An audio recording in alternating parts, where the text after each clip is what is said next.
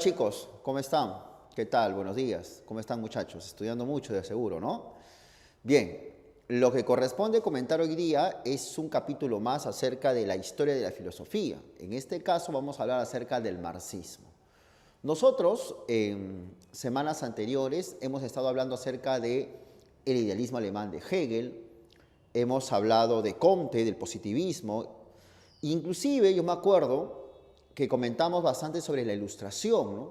Sobre cómo la burguesía durante el siglo XVIII intenta jalar a las clases trabajadoras hacia una revolución, la Revolución Francesa, que no fue la única en realidad. Nada que ver, también estuvo en el siglo XIX ya la Revolución Liberal de 1830. La cuestión es que la burguesía se da cuenta de que no solo basta con tener el dominio económico, sino que además hay que consolidar el poder político. Y la única manera de consolidarlo es a través de un proceso revolucionario. De tal manera que durante el siglo XVII, XVIII y XIX, la burguesía intenta jalar al pueblo para destruir lo poco que ya quedaba del sistema feudal en Europa. Por ejemplo, las monarquías absolutistas que muchos ilustrados denominaban el antiguo régimen. Entonces, una característica de ese pensamiento es que ellos veían a la humanidad como un progreso, como un desarrollo en el cual las sociedades se hacen cada vez mejores, más libres, más igualitarias, con más derechos a la gente. Ahora, en esa línea está Hegel. Entonces, Hegel es un filósofo del siglo XIX que consideró que el Estado alemán vendría a ser el máximo desarrollo del espíritu humano de su tiempo, de que la humanidad ha ido avanzando gracias a la razón, que Hegel diviniza, y que muestra de que lo que nos hace progresar es justamente ese avance racional. Tú sabes de que, bueno, tú conoces mucho de historia, sabes que en el siglo XIX ocurre la segunda revolución industrial. El siglo XIX es una época en la cual la maquinaria se hace a gran escala, donde la burguesía, ya con poder político, en vez de garantizar libertades, derechos y justicia, esclaviza más a la clase trabajadora hasta el día de hoy. Y eso tú lo tienes en cuenta. Actualmente, por ejemplo, vemos países como Estados Unidos que se jactan de ser los que tienen el derecho de determinar quién es libre y quién no es libre, y de meterse en la política de los países que intentan independizarse de su dominio. Corea del Norte, Venezuela, por ejemplo, le manda sanciones, yendo en contra inclusive de lo que determina la Organización de Naciones Unidas. Es como que Estados Unidos dice, no me importa, pues pueden hablar lo que quieran. Yo digo que ahí hay una dictadura mala y hay que sancionarla, porque lo digo yo, pues, ¿no? O sea, muestra un poder político, económico, superior inclusive a las leyes. Entonces, en el siglo XIX no estaba tanto Estados Unidos, pero estaba Inglaterra, por ejemplo. Que como te conté la vez pasada, yo me acuerdo que para Hegel, el alemán, Francia, el imperio napoleónico, vendría a ser una suerte de trasladora, ¿cierto? Tramitadora, difusora de la libertad. Pero también estaba Inglaterra, te estaba comentando, como un país imperialista que trasladaba la cultura europea, o sea, colonizaba al mundo. De tal modo que el marxismo viene a representar esa respuesta de las clases trabajadoras a ese sistema de opresión. Ahora nosotros gozamos, bueno, tú cuando seas un profesional, de seguro muchos de tus padres, algunos de ellos gozan de las llamadas 8 horas de trabajo. Es cierto que en nuestro país hay mucha informalidad, es verdad. Es cierto que muchos trabajadores hoy no tienen derechos, pero también es verdad que algunos sí lo tienen. ¿Cómo se logró eso? ¿Cómo es, por ejemplo, el hecho de que muchos de ustedes cuando estén en la universidad van a tener un carnet universitario? ¿Cómo se logró eso? ¿Cómo se logró de que los trabajadores tengan acceso a la salud, a un seguro social? ¿Cómo se logró realizar que las mujeres puedan votar, sufragar? Y si tú te das cuenta en la historia, la única manera, el único camino que logró tales cuestiones en beneficio de la gente no fue otra que una acción política, pero no ir a elecciones ni votar, sino una acción revolucionaria, un reclamo fuerte, una lucha armada inclusive. ¿Cómo se logró la independencia del Perú? ¿No se logró con armas? ¿O se logró hablando con España? ¿Sabes qué, españoles, váyanse? ¿Así fue? No fue. Fue con violencia. Por eso que el marxismo sostiene de que la partera de la historia es la violencia, pero no cualquier violencia, sino la llamada violencia revolucionaria. Pero justamente las clases dominantes dicen, no, toda violencia es mala. Intentan decir que todo tipo de violencia, desde la violencia de un criminal, por ejemplo, de un ladrón, hasta la violencia del pueblo que se levanta contra una injusticia, es mala. Y por eso nos dicen, no, la violencia es mala. Y de esa manera, de pasadita, también eliminan la violencia revolucionaria que permite el cambio de una sociedad y que el marxismo considera que esa es una verdad. Entonces, el marxismo es una concepción del mundo, es más que una filosofía. Una parte del marxismo es la filosofía, pero el marxismo también es una teoría económica y una teoría política. El marxismo se presenta como una concepción general de todo lo existente que demuestra que el camino a la liberación que tanto se buscaba se da únicamente gracias a la violencia revolucionaria, pero no porque Marx lo inventó, no, sino de que Marx dice, eso se ve en la historia. Eso tú ves en la historia. A lo largo de la historia, lo que ha movido a las sociedades es la guerra, la violencia. Y por ese motivo, el marxismo es mal visto. Le llaman terrorismo, ideología caduca, enfermedad, veneno. Le llaman un montón de epítetos malos, ¿no? Tontería, eso es para ignorantes. Yo no creo que Carlos Marx y Federico Engels, los fundadores del marxismo, eran ignorantes. Eran hombres muy sabios. Eran sociólogos, eran economistas, eran filósofos, conocían de física, conocían de química, conocían de biología. No, eran abogados, sabían mucho del derecho, de las leyes. Yo no los veo para nada, por un lado, ignorantes, ¿no? Pero se dicen, no, los marxistas son ignorantes, ¿no? Pero son personas en realidad, al menos Marx y Engels eran personas muy sabias, muy, muy sabias. Ahora, ¿cómo es que Marx y Engels desarrollan esta filosofía? Esta filosofía, muchachos, esta forma de pensar, esta concepción del mundo, para ser más exacto, tiene tres partes y, por tanto, tiene tres fuentes. Las partes del marxismo son las siguientes. Primero, materialismo dialéctico. Segundo, economía marxista. Tercero, socialismo científico. Cada una de estas partes presenta una fuente determinada. La filosofía marxista, que es el materialismo dialéctico, tiene como fuentes el materialismo de un señor que vamos a hablar de aquí un ratito, llamado Ludwig Feuerbach, y de la dialéctica famosa que hemos visto de Hegel. La economía marxista tiene como fuente a intelectuales ingleses, sabios de la economía, Adam Smith y David Ricardo, la economía inglesa. Y el socialismo científico, que es parte del marxismo, tiene como fuentes a unos señores anteriores al pensamiento de Marx y Engels, Claude Saint-Simon, Owen y Charles Fourier.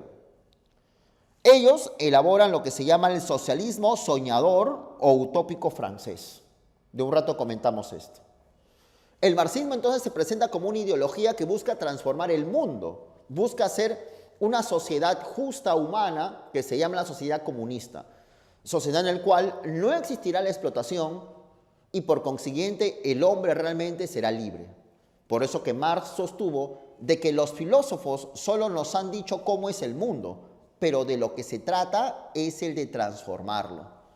O sea, el marxismo se presenta como una filosofía no estrictamente teórica, que nos cuenta cómo la humanidad ha ido avanzando, como lo suponía Hegel, ¿no? O como más antiguo, ¿no? Que busca defender a Dios, o más antes en los griegos, que nos busca decir de qué está hecho el mundo. Para Marx, la tarea del conocimiento no es solamente describir las cosas, sino ver formas de cambiarlas en mejora de la condición humana. El marxismo descubre entonces de que las ideas de los seres humanos pueden transformar el mundo. Lo que se sigue entonces de que el hombre, el sujeto, usted, no es un sujeto pasivo que solamente mira las cosas y nada más, sino es un sujeto transformador. Es un ser humano que busca hacer algo, cambiar su realidad. Es así que el marxismo tiene dos condiciones fundamentales. Es de carácter práctico. Es una teoría práctica, una teoría con un sentido práctico, una teoría con una orientación transformadora. No es solamente para saber, sino para hacer cosas. Entonces, el marxista es aquel que no solamente sabe de Marx, no, ni que asume Marx, sino que se mete en la actividad política, que funda un partido, que organiza a la gente para hacer una revolución, el que está metido en un proceso revolucionario. Pues hay mucha gente que dice, yo soy marxista, ¿no? Pero yo soy mucho de Marx, y de seguro sabe un montón, se sabe todos los libros, conoce bastante de memoria, sabe toditito. Pero en su actividad diaria, ¿qué hace? Nada, está normal, estudia nada más, ¿no? Y eso es todo. Entonces, el marxismo tiene un carácter práctico, busca transformar el mundo. pero también tiene un carácter de clase, porque busca defender a un sector de la humanidad que, decide Marx, son los que construyen el mundo. Ese sector de la humanidad es el proletariado. Por eso Federico Engels, su gran amigo y también fundador del marxismo, el gran amigo de Marx, Engels sostuvo que durante miles de años la humanidad ha ido buscando un libertador, un redentor, un Mesías. Quizás muchos lo identificaban con Cristo. Ahora la humanidad ha entendido que ese libertador de la humanidad, ese Mesías de la humanidad, es aquel que va a liberar al mundo, no es otro que el proletariado industrial, la clase obrera. Entonces el marxismo defiende los intereses de la clase obrera, la clase trabajadora, porque son ellos, dice Marx, los que se van a encargar de cambiar el mundo, de transformarlo. ¿Ya? Ya vamos a ver poco a poco esa filosofía que es bien interesante. Entonces te estaba comentando de que el marxismo tiene 3 partes, y cada parte tiene una fuente respectiva. Una parte del marxismo es la filosofía marxista. Esta filosofía marxista se denominó el materialismo dialéctico histórico. Ahora, ¿por qué ese nombrecito? Porque el marxismo es materialismo. El marxismo considera de que todo lo que existe es materia. ¿Y qué es materia, profesor? Realidad objetiva independiente de nuestra conciencia. ¿Qué es materia, profesor? Realidad objetiva. Objetiva. ¿Y qué es realidad objetiva? Realidad que está independiente de nuestra conciencia. Por ejemplo, esta pizarra es una realidad objetiva, independiente de nosotros. Me voy a mi casa y la pizarra seguirá existiendo. El sol, las montañas, los árboles y los bosques son realidades objetivas, que está fuera de nosotros, independiente de nosotros, la materia. Pero la materia, dice Marx, no es una materia fría, pasiva, mecánica. La materia es algo que está en constante transformación, desde una partícula subatómica hasta las estrellas, hasta las galaxias. Todo está en permanente cambio. Todo. El movimiento es eterno, al igual que la materia. No hay materia quieta, todo está en permanente cambio. Esa materia en permanente cambio, valga la redundancia, se mueve de modo infinito y de modo eterno. La materia no tiene límites. La materia tiene espacio y tiempo, y el espacio y el tiempo no está aquí, como lo suponía Kant. El espacio y el tiempo son atributos objetivos de la materia. La materia se mueve en un espacio y en un tiempo. Y es esta materia que se mueve en un espacio y en un tiempo quien genera todo lo existente, quien genera todo lo que vemos. Entonces, todo lo que vemos, un árbol, una casa, una montaña, el sol, son formas en las cuales maneras en las cuales la materia se presenta. Son formas de materia. La madera, una montaña, un árbol, son formas de materia. ¿Me voy a entender? Ahora, esa materia, ¿cómo se mueve? A partir de leyes, como la contradicción, cambios de calidad a cantidad y negación de la negación. ¿Te parece famoso esto? ¿No te parece conocido al tal Hegel o no? ¿No te parece? Sí lo vimos. Tesis, antítesis, síntesis. ¿Te acuerdas de eso o no? Eso es de Hegel. Entonces Marx toma la dialéctica de Hegel, pero le da un sentido materialista, porque recuerda que Hegel es idealista, nunca te olvides. ¿Qué de común hay entre Marx y Hegel? En que los dos consideran de que el cambio de las cosas se da a través de negaciones. Semilla se desarrolla, surge una planta. La planta se desarrolla, surge un fruto. Entonces la semilla es la tesis, su negación es la planta, la antítesis. Y la negación de la negación es el fruto, la síntesis. Entonces, ¿qué dice el marxismo? Feudalismo, capitalismo, socialismo. Feudalismo, tesis. Capitalismo, antítesis. Socialismo, síntesis. ¿Me hago entender? Entonces, el materialismo dialéctico de Marx considera de que todo se mueve a partir de negaciones. Una etapa niega a la otra. Usted es joven, pero ya no eres niño. Entonces, cuando eras niño eras tesis. Ahora que eres joven eres la antítesis. Eres adulto, cuando seas adulto sería la síntesis. Pero ese es un proceso de la materia misma y por tanto los cambios se dan de calidad a cantidad y viceversa. En la medida que pasan los años, obviamente hay un cambio de cantidad, ¿no? 16, 17, 18, 19. Pero en la medida que hay esos cambios de cantidad, aparece un cambio de calidad, porque estás dejando de ser joven y te estás haciendo adulto, y hay un cambio de calidad. El agua aumenta su temperatura o baja su temperatura, y esas variaciones que son de cantidad o de calidad, que aumente la temperatura o que baje la temperatura, claro, son cambios de cantidad.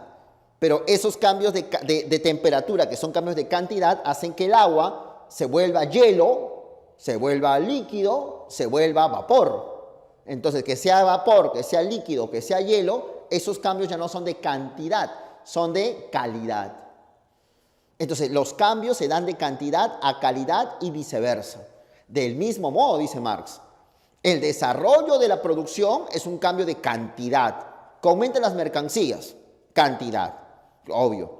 Pero ese cambio en la producción, que aumente y disminuyan los precios de la mercancía, que son cambios de cantidad, generan crisis, revoluciones y un cambio de calidad. Dejamos el feudalismo hace tiempo y ahora pasamos al capitalismo. El capitalismo tiene contradicciones, crisis, oferta y demanda, aumento de precios, aumento de producción, que son cambios de cantidad, y luego el capitalismo se va a destruir y aparecerá el socialismo, que sería un cambio de calidad. Y si hablamos de tesis, antítesis y síntesis, que es una cuestión de negación, ya decir tesis y antítesis, estamos hablando de una contradicción, ¿o no? ¿No es cierto? Si hablamos, por ejemplo, de que hay un cambio de cantidad a calidad, cantidad, aumenta o baja la temperatura, calidad, el agua se hace vapor o se hace líquido, o se hace hielo. Entonces, ahí hay cambios de cantidad a calidad, es una contradicción también. Por eso es que Engels decía, hasta el movimiento mismo es una contradicción. Las contradicciones hormiguean en todas partes. Las contradicciones se encuentran en todo. Desde un átomo, hay partículas positivas y negativas. Un átomo, tú lo sabes más que yo que eso. En aritmética, sumas, restas, multiplicación, división. En los seres vivos, vida, muerte. ¿O no es cierto? Salud, enfermedad. En el campo de la geografía, día, noche, calor, frío. En la sociedad, lucha de clases. O sea, las contradicciones están en todas partes. Por eso es que la ley suprema de todo lo existente es la contradicción. Las contradicciones no se pueden negar, porque negar la lucha de clases, negar de que hay gente explotada y gente explotadora y que luchan, es como negar de que en un átomo hay partículas positivas y negativas. No, eso es falso. Eso es totalmente falso. O sea, hay lucha de clases, es algo objetivo que existe. Lo que pasa es que los sectores poderosos intentan negar la lucha de clases para que de esa manera, por su parte, intentar negar el marxismo. Pero la lucha de clases es un fenómeno objetivo, real, que existe, que está ahí en la vida. Y por ese motivo, la ley primera de todo lo existente es la contradicción. Y esas son leyes objetivas, leyes que están en la materia misma. Y esa materia es la que produce el espíritu. Para el marxismo, ¿el espíritu existe? Claro. Lo que llamamos conciencia, ¿existe? Por supuesto. Pero la conciencia no es un alma que está flotando por ahí, no es un Dios creador. La conciencia es el producto del cerebro, el producto de nuestras capacidades materiales, económicas, biológicas. Pero si bien es cierto, la materia genera el espíritu, al mismo tiempo el espíritu transforma la materia. Esto, decir solamente que la materia genera el espíritu sería una cuestión solamente unilateral. Pero como Marx es dialéctico, sostiene de que el espíritu también transforma la materia. Justamente el marxismo es un producto espiritual, salió de la mente, vamos a decirlo así, de Marx y Engels. Pero ese producto espiritual, ese producto del pensamiento, transforma la realidad. El marxismo no busca transformar el mundo, no busca generar la sociedad socialista y luego comunista, claro. Y por esa razón, dice Marx, el ser social, las condiciones materiales de existencia, la base económica, determina la conciencia. Y de un rato vemos esto, porque me voy a pararme un ratito. Esa forma de pensar, que se llama materialismo dialéctico histórico, te estaba comentando que tiene fuentes. El señor Hegel, que es el que da la dialéctica a Marx, y lo estamos viendo hace un ratito, pero hasta ahí sería la parte idealista, porque Hegel es idealista. Cuando Marx tenía 17 años, era un muchacho ya preocupado por el cambio de la sociedad. 17 años, más o menos tu edad. Pero Marx todavía era idealista, todavía creía en Cristo. Marx era judío, tenía una formación religiosa. De tal manera de que Marx, pasan algunos años, llega a tener 22 y 23 años, y Marx plantea su famosa tesis de que la religión es el opio del pueblo. ¿Y todo por qué? Porque Marx está influenciado de un señor llamado Ludwig Feuerbach. Mejor que nos diga Feuerbach cómo trabaja. Querido Feuerbach, tú que eres influenciador en Marx, plantea. Y Feuerbach, Ludwig Feuerbach, que es un alemán, ¿ya? Dice, efectivamente, querido profesor Ortega, yo soy Ludwig Feuerbach, seguidor en mi juventud de Hegel. Y por eso durante algún tiempo fui idealista. Pero yo creo que represento la antítesis de Hegel.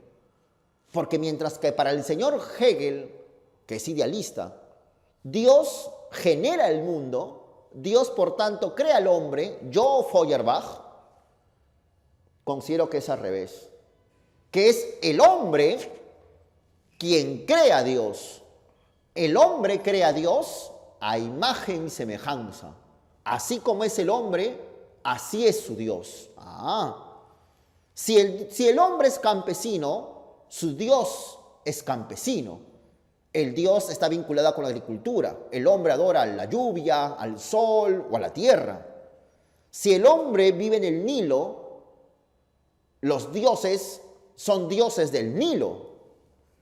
Si el hombre es rubio y blanco, sus dioses son también rubios y blancos. Entonces es el hombre quien crea a Dios a imagen y semejanza. ¿Te gusta la poesía o no? Y no solo eso,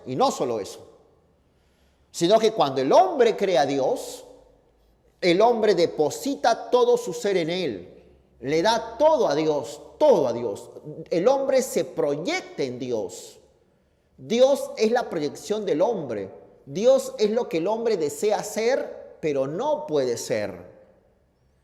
El hombre desea la justicia y no la encuentra por ningún lado. Dios, por tanto, es justo. El hombre desea la perfección. Su Dios es perfecto. El hombre desea el bien y no lo encuentra por ningún lado. Dios es buenísimo. Entonces Dios representa los anhelos humanos. Es así que el hombre le da todo a Dios, sus esperanzas, su vida, sus sueños, su plata. De tal manera que mientras que Dios se vuelve cada vez más hombre, el hombre se vuelve cada vez menos hombre. Y ese fenómeno, yo, Ludwig Feuerbach, le voy a denominar alienación religiosa. Entonces, el señor Feuerbach era un alemán que sostenía de que Dios encarna los anhelos humanos. Dios es lo que el hombre desea ser, pero no puede ser. Por eso es que Dios es perfecto, porque el hombre busca la perfección. Por eso es que Dios es justo, porque el hombre quiere justicia y no la encuentra. Pero ¿cuál es lo malo de eso? Lo malo es que cuando eso ocurre, el hombre le da todo a Dios, todo hasta su plata. Es cuando tú ves, por ejemplo, por tu barrio, tú ves gente, sí, por ahí, vecinos o por ahí en tu barrio, que hacen fiesta, gastan un montón de plata en cerveza, en comida, para adorar a un Dios. 3 días, 4 días en fiestas. Pero tú te das cuenta, te fijas que estos vecinos son gente que no tiene plata, son gente sin dinero, son gente humilde, pobre. Pero para Dios le dan todo, hasta su sueldo. Lo poco que ganan, toma, Dios mío, toma todo. Mis 100 soles que tengo que me han pagado hoy día, toma. Todo le dan a su puesto, que Dios es rico, con oro, con alhajas. Y el hombre que adora a Dios, pobre. Por eso que Dios es perfecto y hermoso, el hombre deforme. Y eso se llama alienación religiosa. Y sigamos con Feuerbach, ¿ya? Siga hablando, Feuerbach, siga hablando. Y Feuerbach sigue hablando. Muchas gracias, querido profesor Ortega. De tal manera, hijo mío, ya te dije, de que mientras que Dios se hace cada vez más hombre, el hombre se hace cada vez menos hombre. Es así que la teología, hablar de Dios, se reduce a una antropología. Tú quieres ser un científico social, tú quieres ser psicólogo, tú quieres ser sociólogo, tú quieres ser economista, ya, tú quieres ser trabajador social. ¿Quieres conocer a alguien? Yo te recomiendo que lo que primero que debes averiguarte es tu religión. Mientras más conoces la religión de este grupo de personas, más vas a conocer cómo es esa persona. La religión encarna lo que el hombre es. La teología se reduce a una antropología. Pero ese fenómeno nunca va a cambiar. ¿Y por qué dices, querido Feuerbach, que nunca va a cambiar? Nunca va a cambiar, jamás va a cambiar eso. ¿Y por qué, Feuerbach? Porque el hombre es un animal religioso.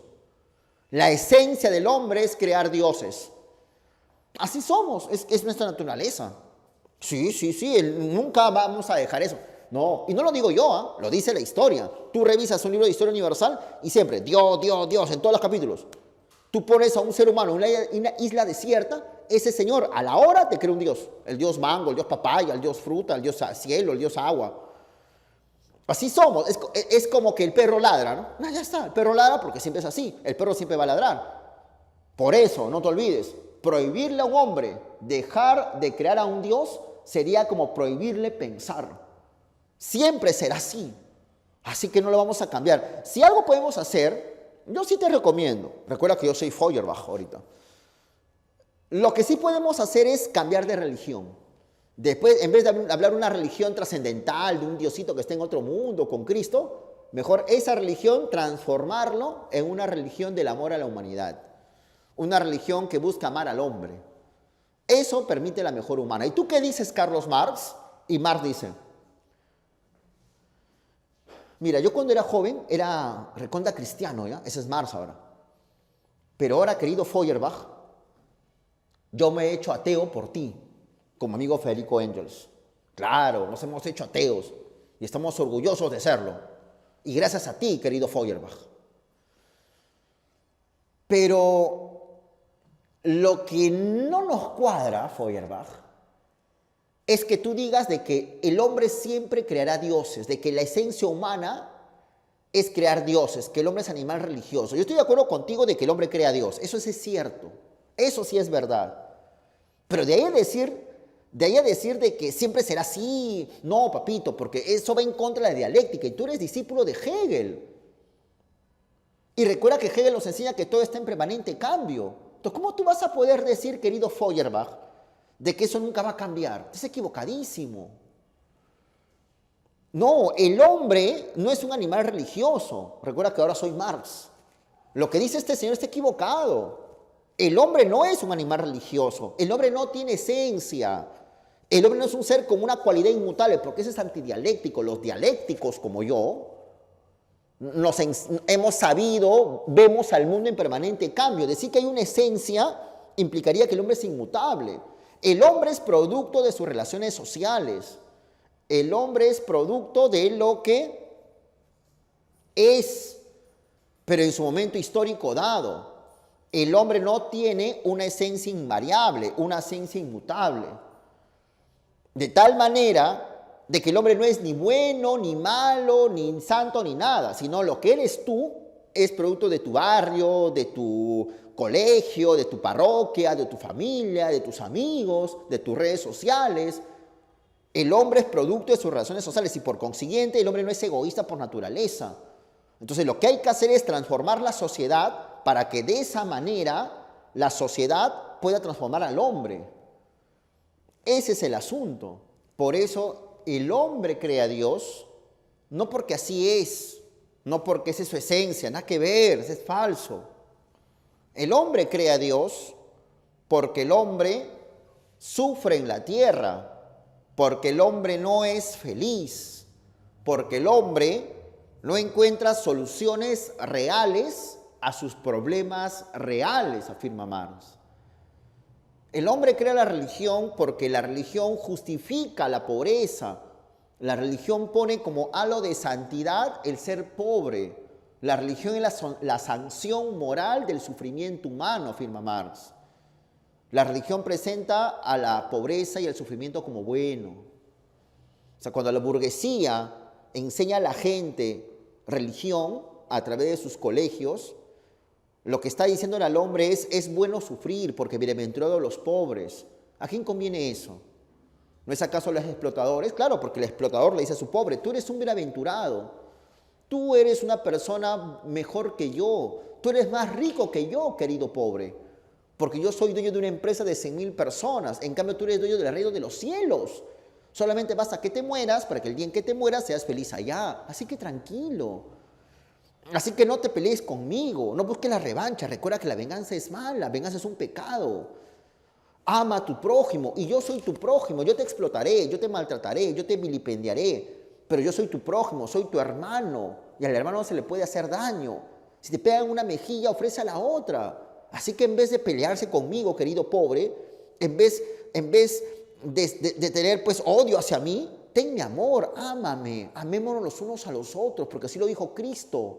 Ve, un abracito, pobre. Y por esa razón la burguesía difunde religión por el mundo entero. Entonces, la única manera, dice Marx, de abolir la religión no es por un decreto obligando a la gente a que deje de ser creyente.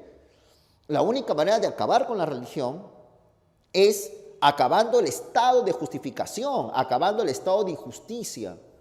Cuando llega la sociedad nueva y un hombre nuevo, ahí el hombre realmente será libre. Ahí realmente desarrollará sus capacidades espirituales y por consiguiente la religión no tendrá lugar. La religión no tendrá nada que justificar y la religión solito desaparecerá. Más claro, si quieres. Cuando hay pobreza, hay religión. Por tanto, se acaba la pobreza, se acaba la religión. Eso plantea Marx y por consiguiente, si bien es cierto, la base económica determina la mente humana, pero la mente humana también puede cambiar la base económica. ¿Por qué somos egoístas? La gente dice, el hombre es egoísta porque nació egoísta. No, no nació. Sí, profe, se ve, la gente es egoísta. Ya, pero ¿por qué vemos gente egoísta? ¿Por qué somos egoístas? Yo también ya soy egoísta. Ya. ¿Por qué? ¿Porque así hemos nacido? No. Sino porque nosotros vemos, por ejemplo, de que existe algo llamado propiedad privada. Tú vas a un barrio, tú ves un barrio y tú ves un restaurante, ¿no? Un restaurante que tiene su cuadrito de Jesús de Nazaret. Y al frente otro restaurante con otro cuadrito de Jesús de Nazaret.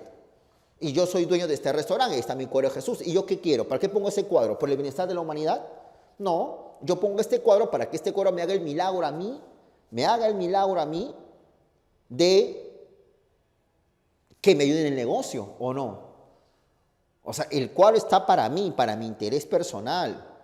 Pero al frente hay otro restaurante con otro cuadro de Jesús de Nazaret. ¿Y ese otro cuadro qué busca? ¿El bienestar de todos? No, sino el bienestar del negocio del frente, que implicaría que a mí también me afecte, ¿no? Porque si ellos tienen consumidores y yo no tengo, pues yo voy a quebrar. Entonces, al fin y al cabo, hasta la religión está subsumida a un interés económico. Tú ves cuando el papito, el abuelito muere, los hermanos que tanto se quieren, no, porque son hermanos, de chiquito han crecido juntos, pero se pelean por la propiedad, se pelean por la casa. Se pelean, son capaces de meterse juicio, hasta de matarse, que se enferme, que se muera o no. ¿Por qué? Porque no es que así sean, sino es porque la base económica lo hace así la gente. Entonces los seres humanos debemos de entender de que la base económica determina la mente, pero a la vez la mente transforma la base económica. ¿Está bien? Ya hablaremos más de esto, pero por ahora vamos a sostener, profesor, de que acá estamos presentando la primera parte de nuestro tema del marxismo. El marxismo es una concepción del mundo que busca transformar la realidad de modo revolucionario a través de la violencia. Esta concepción fue fundada por Carlos Marx y Federico Engels. Marx sostiene de que los filósofos solo nos han dicho cómo es el mundo, pero de lo que se trata es de transformarlo. El marxismo tiene 3 partes y 3 fuentes: materialismo dialéctico, economía marxista, socialismo científico. Y cada una de ellas tiene su respectiva fuente. En el campo de la filosofía marxista, que se llama materialismo dialéctico histórico, es materialismo por influencia de Feuerbach y es dialéctico por Hegel. Y ya histórico, profe, ya vamos a verlo en su momento, ya vamos a verlo. Feuerbach sostiene de que el hombre es animal religioso, de que el hombre crea a Dios, pero el hombre tiene una esencia, crear dioses, algo que Marx discrepa sobre la esencia humana. Y Feuerbach considera que la teología se reduce a una antropología. En el caso de Hegel, todo está en permanente cambio. Entonces Hegel es la tesis, vamos a decirlo así, Feuerbach es la antítesis y Marx vendría a ser la síntesis de los dos. Por eso es materialismo dialéctico. La materia genera el espíritu, pero el espíritu transforma la materia. Y la materia está en permanente y eterno movimiento y se encuentra en el espacio y el tiempo. Y la materia tiene 3 leyes básicas: contradicción, cambios de calidad a cantidad, negación de la negación. Y la primera ley es de la contradicción. Y así como la materia genera el espíritu, las condiciones económicas determinan la conciencia. Pero así como el espíritu transforma la materia, el pensamiento humano puede transformar la base económica, que es lo que justamente quiere el marxismo. Ese es el asunto.